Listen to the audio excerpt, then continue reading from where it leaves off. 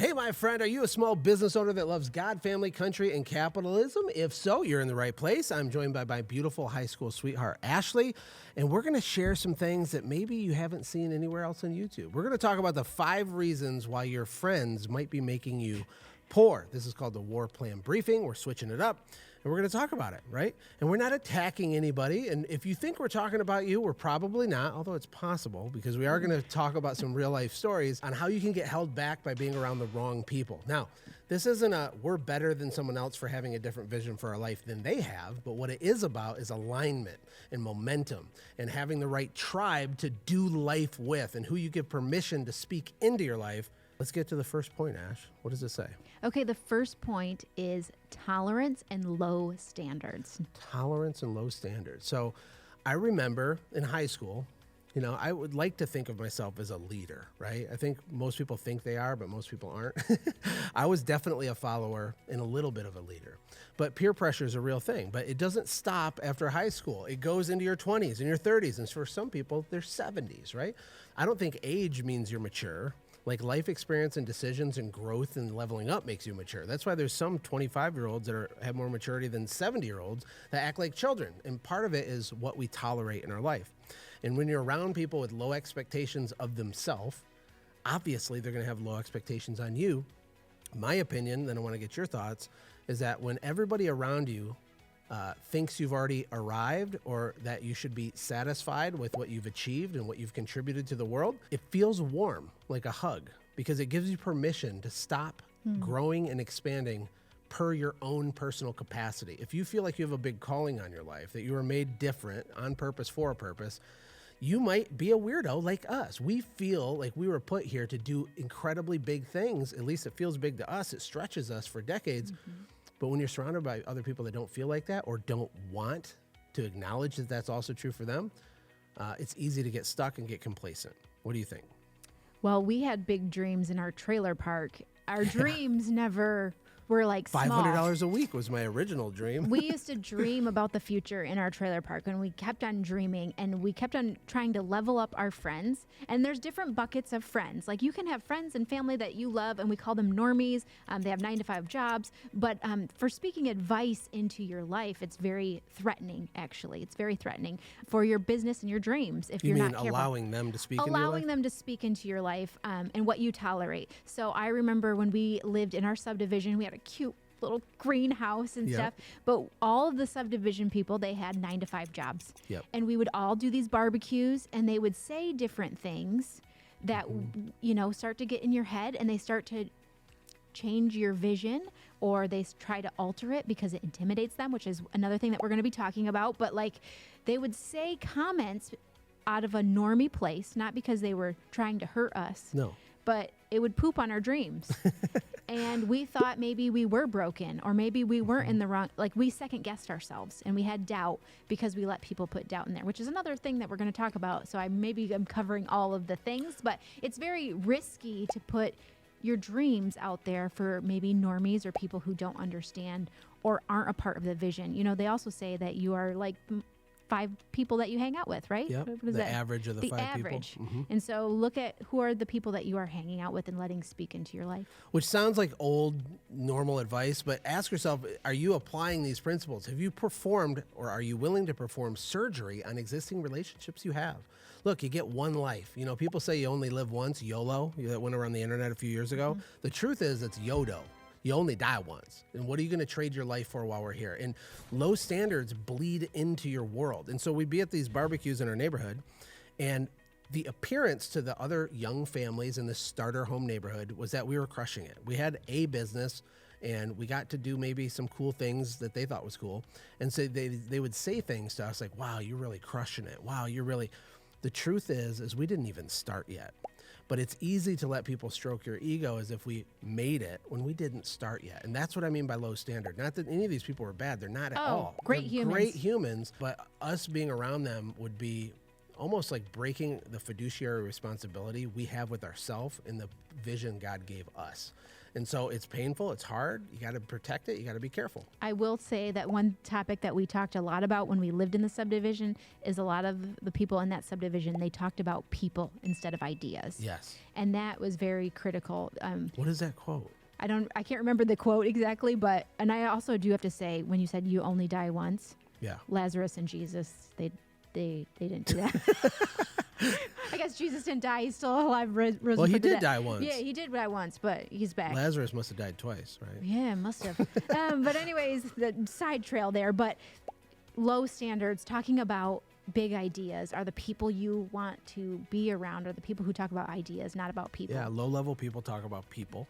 High-level people talk about ideas, Yep. right? I know there's more to that quote. There's more to that quote, There's yeah. an epic quote. You could Google it and find it, and we'll remember as soon as we Or stop put it recording. below. Comment below so we can The other issue, number 2 on our list, is criticism for working too much or criticism for success. So how many times have you heard from a normie friend or someone who's maybe good intention say, God, why are you working so hard? When's it going to stop? Life's worth more than work. They say these things, right?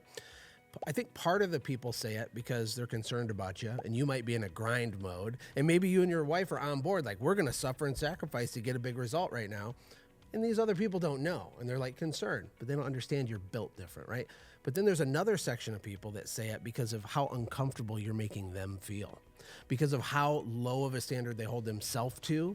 Your effort to grow your family and your fortune makes them feel pretty crappy about themselves. And you can't ever tell easily. Sometimes you can't tell which group they're in, but either way, it's bad, because when people are criticizing you for working, they're criticizing you for doing what you were designed to do. Work is good. There's honor in work. The goal isn't to get to Friday so you can not work. The goal isn't to work 40 years and hopefully not run out of money before you're dead, right? People live for the weekends. Entrepreneurs don't. We live for legacy. We want to build something. We want to add value and change the world. And we mean it when we say it, even if it sounds crazy to you. And getting criticized for pushing hard really slows you down. A server the other day when we went out on a date said, my family was raised with honest work. Yes. And I was like, what does that even mean? Yes. Honest work. Doesn't everybody who is living for a purpose and pushing do honest work? Yeah. I mean, basically, she was just reframing the way that she talked about. Well, because her family might be similar to our family, where our family all did honest work, right? Honest work. They didn't, one of the advantages we have is knowing what we know and being introduced to ideas that we were introduced to. It's not like we're really great because we're doing this. God has ordered our footsteps to be these people doing this thing right now, okay? And we're standing on the shoulder of giants. So I honor and respect my family and their work. They didn't know about this stuff, entrepreneurship and leverage and all the things you can do. It never crossed their mind, truly. But don't you think you're doing I think you're actually doing dishonest work when you are not living your purpose for God. Yes. Your mission and your mandate. I but agree. They're reframed Well, it. I agree, but I don't think they see it that way. They wouldn't say, I am choosing to do dishonest work because I'm scared to live into my potential. That could be what's happening, but they're not consciously aware of it. But I think the reason the server said that was because we asked her, we actually had this deep conversation with her briefly, and I asked her, did you struggle with money growing up? Because I was asking her if she's going to start a business, and she had a lot of fear. I said, it's interesting. Was money like a stressful topic growing up? And she's like, well, my family, no, I mean, kind of. They both made an honest living, I think is what she said. What she's saying is we were broke, but they went to work. Fair enough, because there's honor in work, right? But she did struggle with money. There is fear and false beliefs around money. She just can't see it yet, and we're just kind of trying to pour into her a little bit. But it's dangerous to let people criticize you or frame the for words. working harder than they think you're supposed to work, right? Another quote that goes along with this is being an entrepreneur is when you trade in your 40-hour a week for someone else to work 100 hours a week for yourself. And look, it's not like my life's goal to work 100 hours a week, but when you're pursuing your purpose, it doesn't feel like work. I'm just doing my purpose. It's like a tree growing.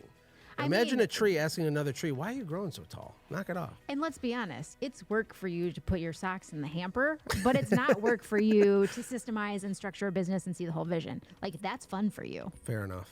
Socks in the hamper, major thorn in my wife's side. Thank you. 20 years of that. Probably not going to change anytime soon. I just was using a little example. The third thing on the list is drama. Drama, not just regular drama, but people in your life that take, don't give. people that only take and don't give. You know, all relationships should be give and take, but when you're surrounded by the wrong people, or you can call them emotional vampires, you're constantly pouring out of your cup into their bottomless cup that has a hole in it. There's always something bad happening. There's always a crisis. They're not contributing value back to you on that side of the relationship, but they're happy to take and take and take and drain and vacuum out your soul. They do this emotionally, financially. There's a lot of different ways they can do this. Your resources. They're just needy. Your time. They're needy. And so there comes a point where it's okay if you're a generous, giving person, but it becomes irresponsible to stop your progress pursuing your destiny to pretend like you have to help all these people, because they're probably not being helped. And maybe the reason you're inclined to be this savior complex for all these people is because it's a way to delay the scary stuff you know you're supposed to be doing. It's a way for you to feel needed, right? But look, that limits your growth. It limits your upside. And I get how people can post-rationalize and logically justify why they are this way. Well, you don't understand. We go back to childhood and blah, blah, blah. And look, you get to, at the end of the day, do whatever you want. I'm telling you to watch out for this stuff, because these emotional vampires, not only do they take from you, but I want to challenge you to ask yourself, is this a sophisticated form of procrastination for you, so that you can pretend like you're being useful when you're really denying your main purpose? And you're not saying you have to cut these people off. You're just saying you have to have boundaries in different places. I'm saying you should be willing to absolutely cut them off. It depends. It's all situational. You should be willing to, right? If needed, but it's not always necessary. Okay, I agree. I agree with that, but I also think, there's times where you can just have a little reminiscing moment, and it's not going to affect your soul or your bank account or your marriage. 100%. This doesn't always feel this heavy, right? We're being a little dramatic, but to make a point, to help you make more money and change the world. We're going to talk about drama by being dramatic. The fourth one on our list is seeds of doubt. So normies and these people that are not in alignment with your vision and the way you're building your family and your company, they plant seeds of doubt all the time. You ever see people that have those old-fashioned, they have this big bag full of seeds and there's a hole in it, and as they walk across the field, the seeds just kind of fall out. It's like a shortcut to distribute seeds. Lower level people that don't have a big vision for their life, they do this all the time. On accident, it's not on purpose. They're just constantly living in fear, casting seeds of doubt. They have limited vision. They have limited understanding of what's possible.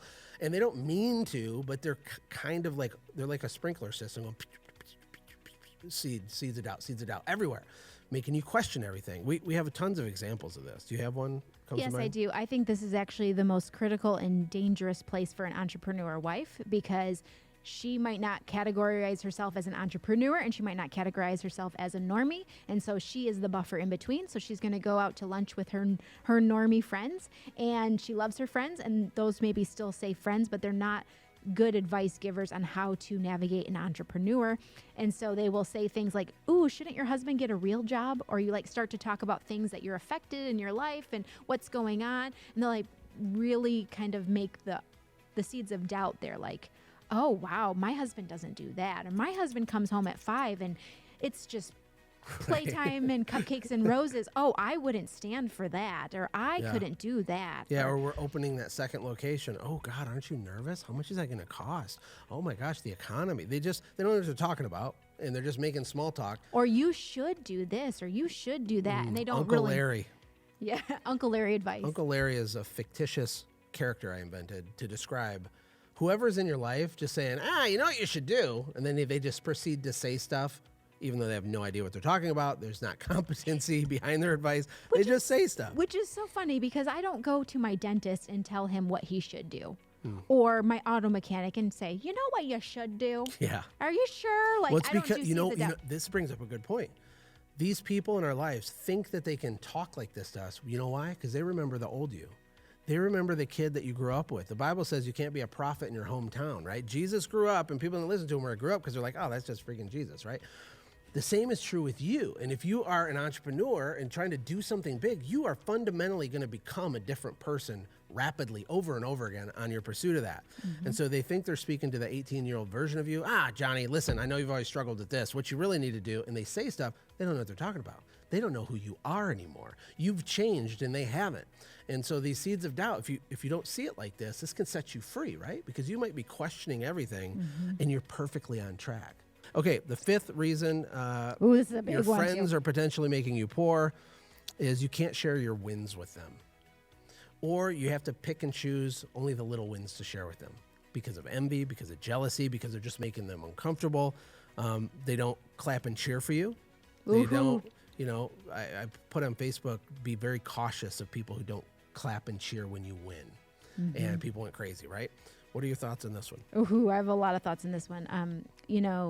This is a huge one also for entrepreneur wives, is like we feel like we can't share our wins, just like we can actually share more losses than we can share wins, because then people will say that we're a gold digger, or it must be nice, or you must be lucky, or how lucky you are. And they start to paint a different picture of who you actually are and what you have done. So it's very dangerous to do that, because then they start saying that, they just start making claims about who they think you are, because it intimidates them. Basically, yeah. And it's actually jealousy. It exposes maybe their own lack of drive, of personal responsibility and push. Or maybe they when know is they were enough? meant for this. And, it reminds me of Uncle Rico from Napoleon Dynamite, where he's like, back in the 70s, I could throw a football a quarter mile. The fact is he's not in the 70s.